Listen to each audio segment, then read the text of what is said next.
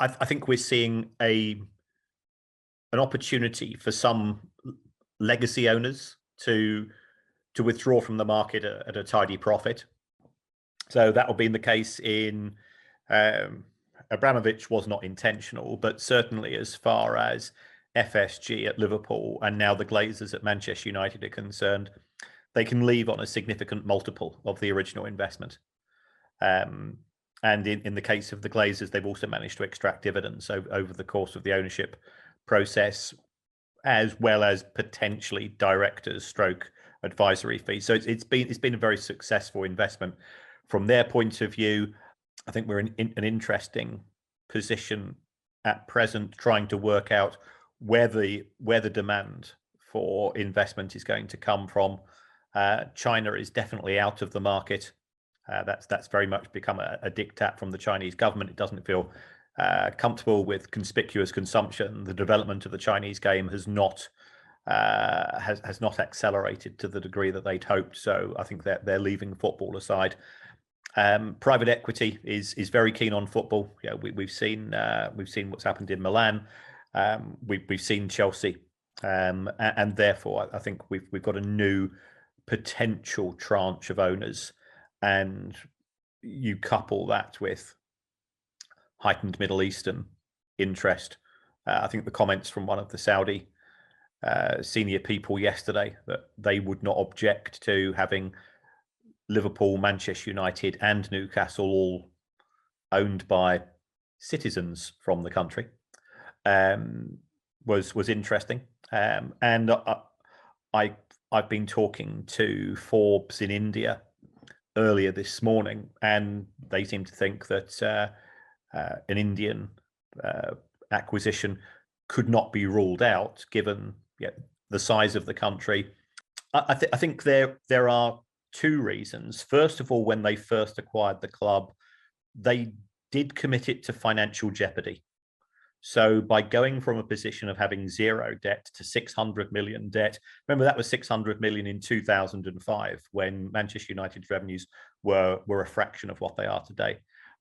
They borrowed money. They were paying interest of 16.25% on some payment in kind loans. The total interest cost is over £860 million since they acquired the club.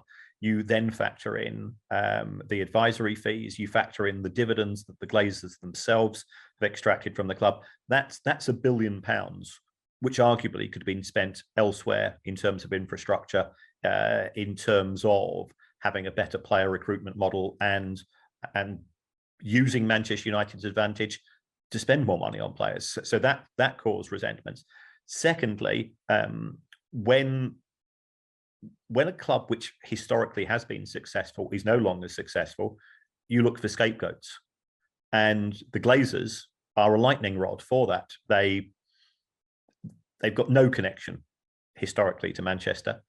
Their relationship was purely financial. Fans didn't like initially the Glazers did put up the prices of season tickets and everything went up in price at Manchester United quite significantly, although that's not been the case for the last decade. Cost of a season ticket today is the same as it was, I think, in around about 2012. So I think the people who are at the coalface actually understand Manchester United fans far better than the Glazers themselves. And then we've got both Project Big Picture, which was an attempt to take control and concentrate money in the hands of the Glazers and FSG domestically, and Super League, which was attempt to do exactly the same, but from a European perspective. Manchester United fans want to win, but they want to win still in the knowledge that they had to do it on a meritocracy basis rather than an invitation. So all of those factors. If Manchester United had won the Premier League for 4 years out of the last 5, the Glazers out grumbles would be hardly there. I'm not saying that fans are fickle, but fans are fickle. Player's bigger than the club. Sorry, the club's bigger than the player. Cristiano Ronaldo thought he was bigger than the club. Again, let's look at the data.